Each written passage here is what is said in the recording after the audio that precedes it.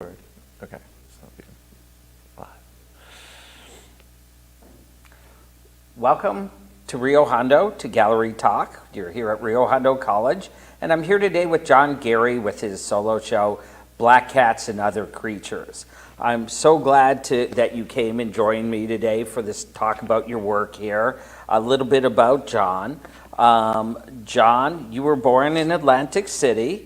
You did your undergraduate in Philadelphia at University of the Arts, and I had the pleasure of knowing you when you went to UCLA and got your master's from UCLA. So how about a little bit to start with about how you got here, how you got to LA and got into art?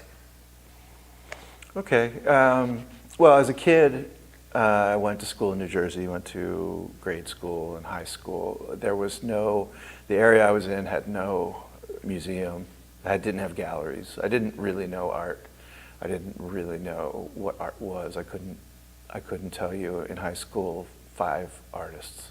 I mean, like from history, it would be a struggle.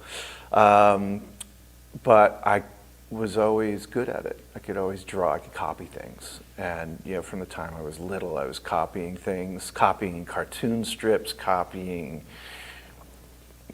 pictures from magazines, whatever, animals. And I remember it must have been like 2nd grade, I was making Xerox. I learned how to use a Xerox machine at school and started making Xerox copies and selling them to my friends of my drawings. So I kind of got into art organically that way. And when I was in high school, I didn't know really what I wanted to do. And I just figured that's what I was best at, art. And I wanted to pursue, not even knowing what I was getting into, I wanted to pursue art. So I discovered as I went along, I got accepted based on my drawings, which were copies from magazines and things like that. At the time, that was a great source. But I was copying things like everything. I was copying logos, I was copying like band logos, skateboarding pictures, animals, always animals, and just copying, basically. So, with a little coaxing after my first meeting to try to get into the school, to University of the Arts, they said, oh, you need more color in your portfolio to get in. So I did a couple things. Oh, you need a self-portrait. So I did a couple things. Got in, and then from there I learned a ton, and I just absorbed everything like a sponge. And it was hard to get me out of there. After, I would stay late after drawing class because I enjoyed drawing so much, and I was just into it. I just enjoyed everything. And by the end of my first year, I decided I wanted to study sculpture. Sculpture was my favorite. 3-dimensional design was what I was excelling at. I was always hands-on, a person that built stuff and made things anyway. Liked to do that.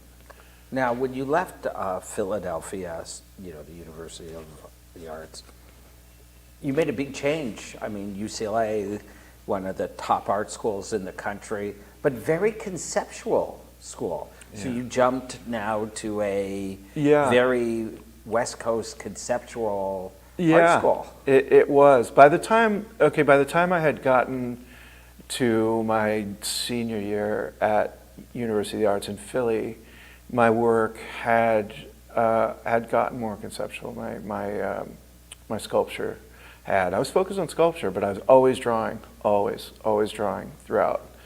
And funny enough, I had drawn a picture of a dog, of my house dog, which is my girlfriend owned the dog, a little pit bull named Bumby. And her sister was a veterinary nurse and said, oh, my clients would love these. And then she tried to promote, I did her dog, and then I started doing dogs. I didn't do a ton of them, but I had made cards for it to try to make some extra money doing that. Never was that my focus in art. I was doing that as a side gig. My focus in art was this sculpture I was making. And I didn't go into it thinking I was going to make a living at it. I just did it, and I just followed.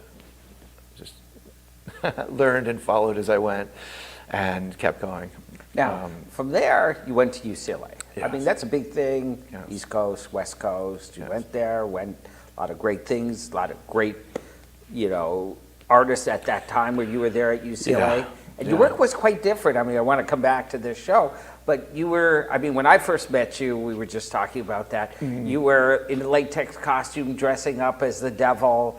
We were talking about the myth versus the reality where you're, we're traveling both West Coast, East Coast, like on the side of the freeway. I mean, I always heard, that's what I was asking you about, that you were in the middle of nowhere out on a billboard dressed as a devil waving at people, which I just always loved the story, or that on the 10 freeway in Santa Monica, you got arrested, waving at people as the devil. I mean, how did that kind of come about? And then we'll talk about how it changed into where you're at now. Yeah, that's interesting.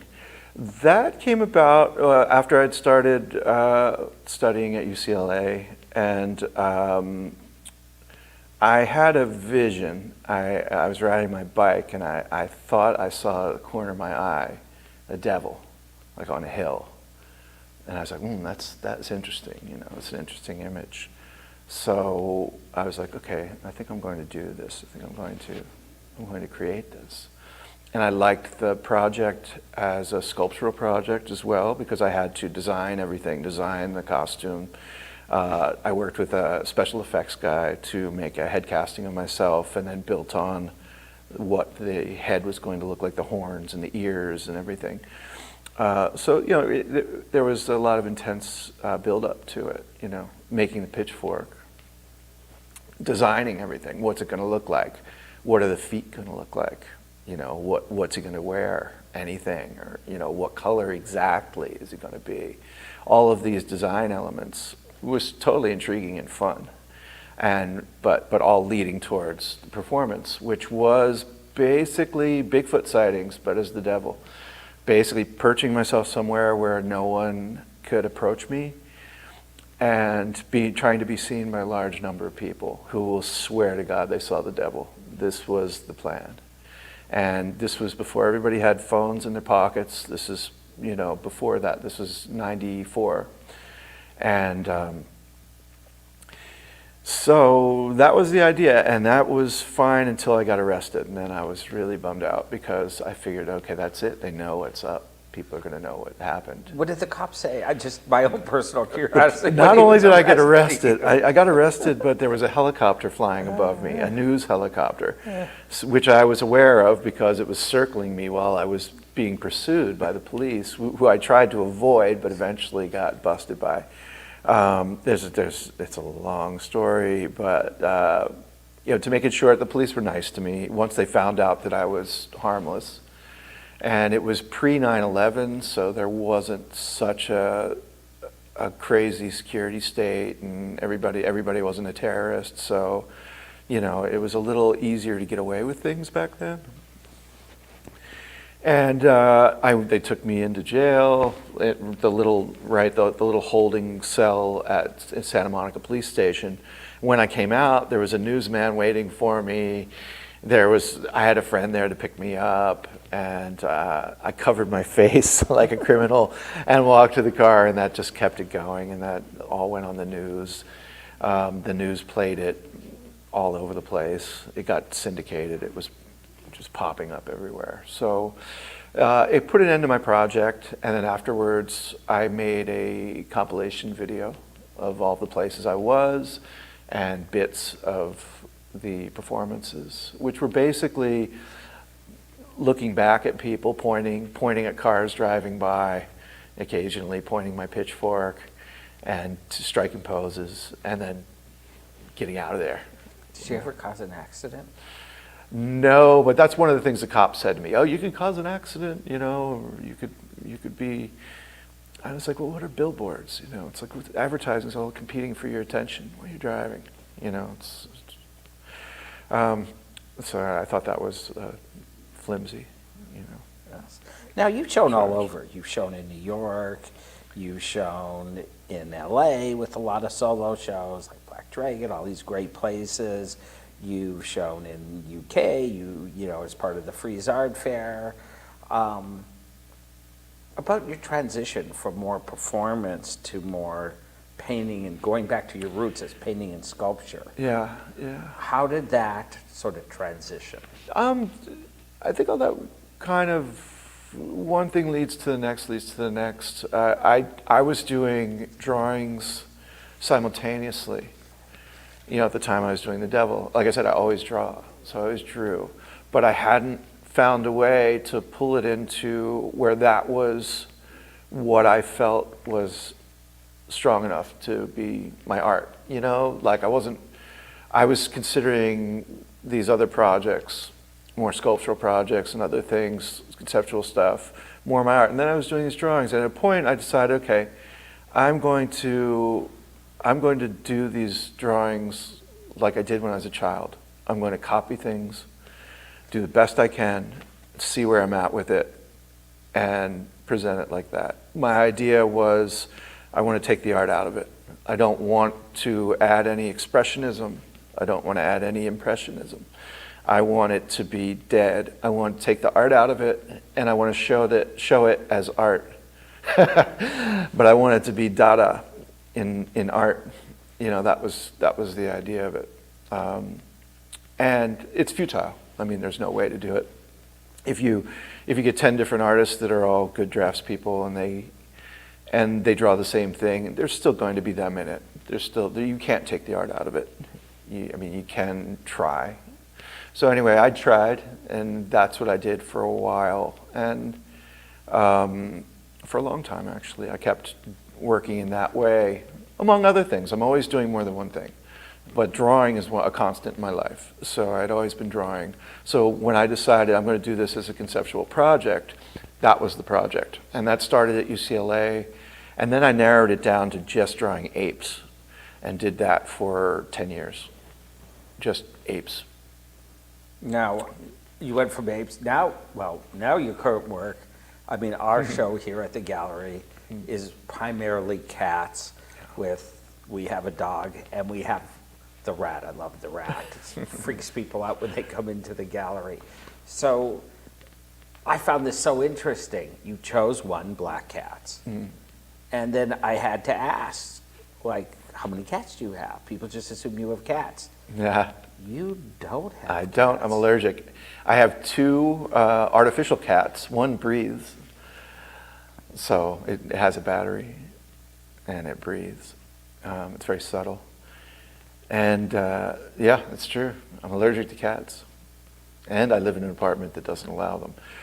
But every relationship I've had, my girlfriend will have a cat, you know, just always. And I'll just take antihistamines and be okay. No partners with dogs. That too, though, yeah, sometimes. But yeah, cats is just a constant in my life, always. What drew you into the black cat?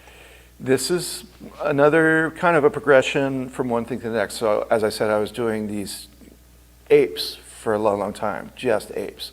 And my drawing style, my drawing preferred medium was charcoal and pencil and paper. And that's just what I had been doing. It's what I liked doing. That's what I had worked towards, and didn't feel a need to go anywhere else. That was just going to beat that, keep doing it. Then someone came to me, a collector who had one of my ape drawings, said, "Would you do my pug?" You know, and I was like, "Sure, I will." You know, of course. And that got me thinking different. I did a few lead-ups to it. I did the commission for her, which I was very happy with, and she was too, and kept doing pugs. So I did pugs for a while, and then it kind of opened me up to doing more things. I was getting tired of doing the same thing. When you said pugs, were you talking like right behind you? We're Yeah. seeing the This sculptural pug versus pugs on canvas or drawings of pugs. Yeah. Though this came from out of that. So I had done a whole series of pugs. And then the pugs led me to doing other cute animals. And then there I was doing animals again. And I mean, doing like pets, which I was like, I don't really do. Were you concerned pets. how, knowing the career you have, how the art world would look at you? At that point, I was just like, doing- I just laughed about it. You know, at that point, it was like, yeah, let's do it. Yeah, I'm going to do that.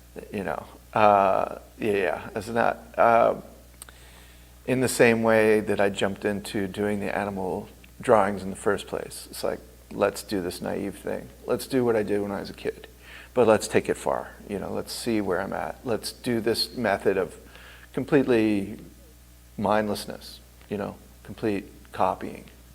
There's no thought in it. There's really trying to take the art out of it, basically.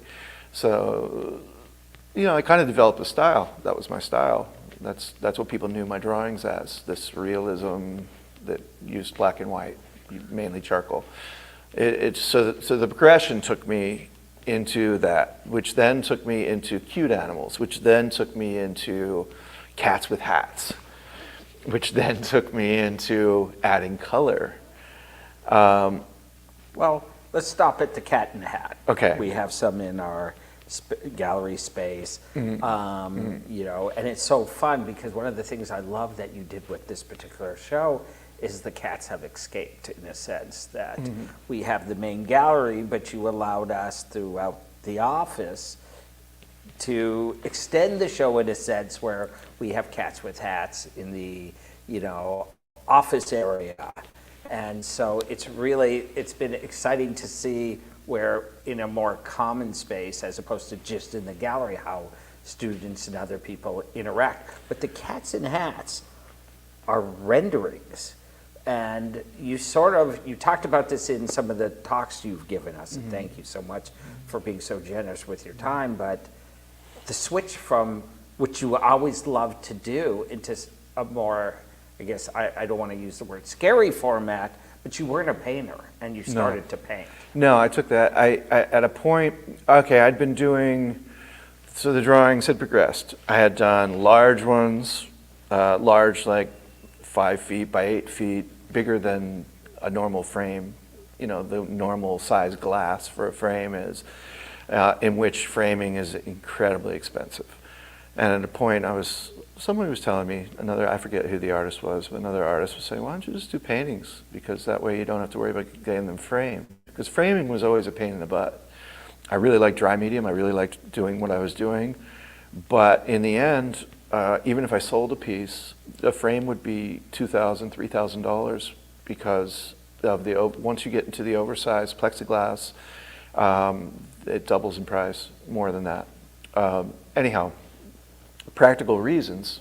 Part of it was practical reasons. Another part of it was, okay, let me try this. You know, at a point, I never considered myself a painter. I didn't really want to be a painter. I had avoided it in the same way that I wanted to take all the art out of my drawings. I had avoided that.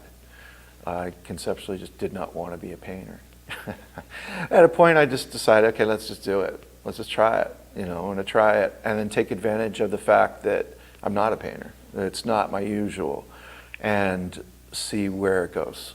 Take that opportunity to be doing something new and going to another place.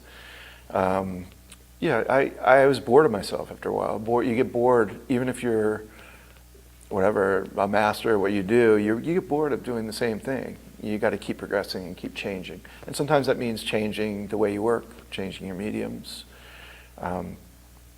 So anyway, I embraced it, and these are some of the products from it. Well, let's talk a little bit about it, because there is such a life and even such a range in this show.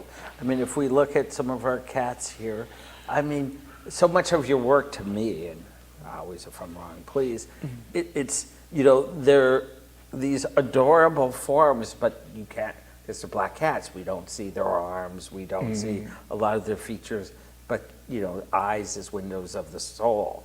The eyes are just, you know, everybody talks about it, are so amazing and so powerful.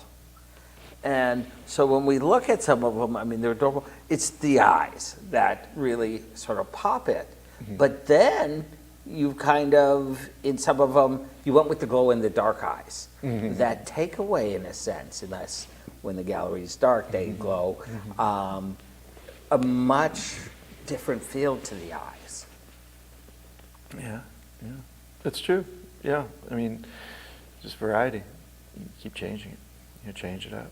So some of them just lent themselves to that. That's what they needed. That's what the image told me. You know, that's what and I'm painting on top of found paintings. That was These what paintings, I was going to these ask paintings, next. the abstract paintings, are by various artists. Many of them by one of my studio mates who's in my same building. An artist named John Getz, who's a really good abstract painter, but he has many, many things, and he's getting rid of old canvases and stuff. So I was like, I'll take them. And at the time, I had started doing the black cats, and I liked the silhouettes. I liked just having nothing to them, and I was doing drawings of them. They were charcoal on paper, but then it was like they're a little bit boring. I mean, they're striking. They're achieving another way of pulling the art out of it, right? Taking all the detail out of the drawing. I thought that was interesting because I had gotten into doing some very, very detailed drawings, very time-consuming drawings. So to have these things which were still realistic, if anybody looks at pictures of black cats that people post, very often all you see is the eyes, or not even that sometimes. You just see the shape. So I liked that idea and wanted to run with that idea. So after doing some on paper, they were a little boring and not enough. So when these canvases came my way, I was like, okay, I'll give it a try. And one led to the next, and they kind of informed one another. You know, it became a series pretty quickly. And I would choose what cat to put on what. You know, like what it was telling me or what it felt like it wanted. That's what I put on it. That's such a bold thing, especially in today's stay in your own lane, appropriation, that you're actually using, in a sense, I mean, collaboration. I mean, he was cool and he said, or the artists that you work with are cool, take these, you know, sort of experimental pieces, and you're actually painting on a background created. But, you know, so many artists have assistants that do those and create backgrounds. It's just a little different and very bold to do and challenging. Well, there are many artists also getting like thrift store paintings and painting over them, and that's a whole thing. There's a lot of them. There are a lot of artists that are, you know, just doing different things. So this I thought was particularly interesting because they're kind of like emotional states or mental things. It also gets me into like sort of thinking like cartoon backgrounds as well, like the repeating backgrounds or the Wile E. Coyote backgrounds and things like that, where there's abstraction going on and there's oddness and weirdness. Ren and Stimpy, there's one. So all these things went through my mind as well. But yeah, it was a great opportunity. It was just totally great, and it just happened to coincide with something I was exploring. So yeah, I did it, and so these are like the first ones. This is it. I mean, for of the new painting, I had concurrently was working on some acrylic paintings, totally different method, totally different way of working. Where I was watering down the paint, I was using house paint sometimes. A couple of the pieces in here use those methods. The big one back there, and the colorful one right there, the kitten with the blue eyes. These were concurrent with this, so it was exploring, playing, trying things. The memes. Now, you have some memes thrown in here. Yeah. Now, how did you relate that to the other pieces, and how did you I'm going to paint a meme. I'm going to go in a slightly different direction, and cat memes are, you know, all over the place. How did you say, well, if I'm doing this, I'm going to sort of use the memes too? Yeah, that happened when searching for images online, and then an image would come. There are ones that I saw before I saw the memes. And then I saw, oh, it's a meme, it's everywhere, you know. It didn't stop me, it just I was just like, okay, I'll go with that, because it was fitting into what I was doing as well. So, like this one right here was perfect because it's about silhouettes. I'm looking for silhouettes. And actually I was looking for something not square, not round, something that less obvious. And that one, it was the perfect illustration of what I was going for. And it's funny. So yeah, just trying things, basically just trying things, playing, Now, I did find it interesting. So many of these have that. I've had cats, have that cute, kind of like that kitty look. But one of my favorites is all about attitude, right? And that cat has attitude. Yeah. So you broke away, Tess, sort of, it's so funny because it's in a sweater. Good luck getting putting a cat in a sweater. But it's so funny because it's a cat in a sweater with, giving you the cat look, right? Mm-hmm. That means so much because, cats have that exact look. You're so wonderful at capturing that essence of cat. Thanks. Or animals in general. So was it a cat that inspired that, or was it an image that inspired that? It was a bad day. It came out of the drawing. I did a series of cats in hats, or cats in clothing, basically. And that idea from that came from, I had a show of cute animals, and the one that got the most attention was like a kitten in a frog hat. and I was like, okay. And I realized, okay, if I just do cute animals, there's somebody else's animal. But when you put an animal in clothing, it's everybody's animal, like somehow. It's universal somehow. Go figure, I don't know. But it just, I think, mentally works that way. So anyway, I was like, okay, I'm going to do some just cats and hats. They're usually miserable wearing hats, and I kind of liked that too. Or else stoic looking, or they're strange, they're funny that way. So it's like, I thought it was funny, basically. And that was from a drawing that was part of that series. Then I was given that canvas, one of my neighbors was throwing away that canvas. And I was like, well, that's good. What am I going to put on that? And then I went back to the drawing. A lot of times I use the drawings as studies for the paintings. And it became that painting. Now, you have drips in that. That's one of the few that really have a lot of drips and movement. Yeah. That's a background you painted. So what was it that chose? It's a slightly different technique than some of the other ones. It's watered down acrylic paint, as opposed to, and much of it house paint.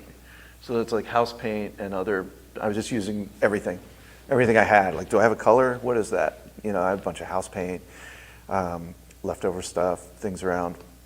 So basically using everything and dipping the brushes into water. And I think from doing pastel drawings, which I have been doing, and my technique in pastels is I blend colors. It's never just like pick a color and that's the color. It's always like 2 or 3 colors making another color. There's always I'm blending. So this was a way with the paint to blend with washes, and basically just discovering as I went. But there are drips in those. Now, another thing that relates to this work that I thought was fascinating is you make prints of these. Mm-hmm. You're one of the few artists I know. Here's my artwork, mine. I got prints for you, and you do a whole series of prints that go with each piece. Yeah. Can you talk a little bit about what led you to that and why? Is that related to your kid Xeroxing? It does relate to that, but it's just a practical thing. It's like people would ask me. There's a lot of people that don't have a couple $1,000s to spend on an art piece or whatever it costs, and they just want a print of it. So a lot of artists do editions. So then I decided, okay, I'll do editions, and I found through talking to people that in my neighborhood is Art Printer. It's a great print place, and they do the prints for me.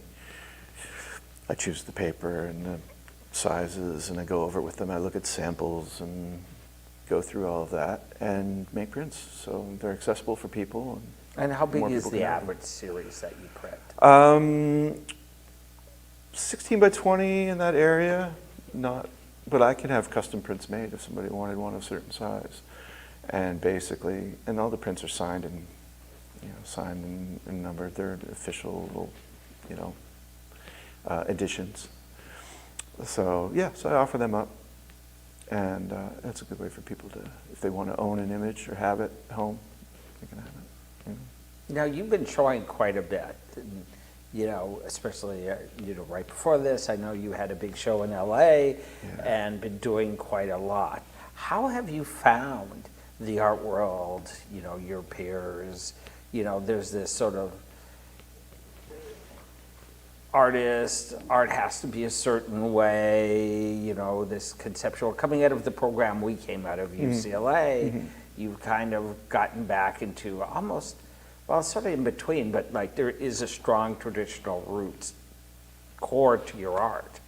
And how have you found the art community, the LA community with that? Yeah, it's just supportive. I mean, it's like, it's art. People like art. They want to see something new. They want to see art. You want to see people progress and change, and you want to see stuff. If I kept showing, I'm sure if people saw another charcoal ape, they would probably be like, "This guy's not doing. It's not changing." It just let it go, let it progress, let it make stuff. You don't know. I mean, how would you know if you don't try things, basically? And as far as any kind of reactions and encouragement from other artists, it's been great. It's like, it's good people. A lot of artists are good people. It's like, so, yeah, I haven't had any hardcore critiques of them. These are all experimental pieces for me. They're all just trying something, but it's been very good responses. People love cats. I know that going into it. I know that going into it. I'm not doing it to get a hooray for cats. I'm trying to use it in my art, try to get somewhere with it. But it's something people enjoy looking at. It's something we all look at on the internet. I mean, it's one of those things. That has a lot to do with this whole, all this work. What's in our days? What brings joy to us? What did you look at today? Ask anybody how many cats they looked at today. It's just part of the culture. It's one of those things. So it's in my head, and that's helped spur this work along. That and trying different things. So if it was something and everybody hated it, I'd still probably be doing it. I'm not really doing stuff that, everybody wants their work to be liked, but I wouldn't be doing it just for that. Wow. John, we are running out of time. Okay. We're there. I want to thank you. I want to thank you not only for this amazing show, Thank you. but your time with our students and your time with the community. It's such a gift that you gave to everybody. Oh, it's my pleasure. I'm excited. I'm really grateful for the opportunity. So thanks for having me. Thanks for inviting me to show here. And yeah, it was fun. It was great. And please, if you want to see some more of John's work, he has a site, www.johngeary.com, Instagram at John Geary Studio, and for prints and editions, bigcartel.com, or it's arteditions.bigcartel.com. Yeah. So take a look at some more of his work, and you will be seeing John all over town and through the United States with your next show. And once again, thank you. And I need to thank our amazing staff, our dean, the president who helped support this so we could keep on doing this. Yes, thank you. Thank you all. Yes, beautiful.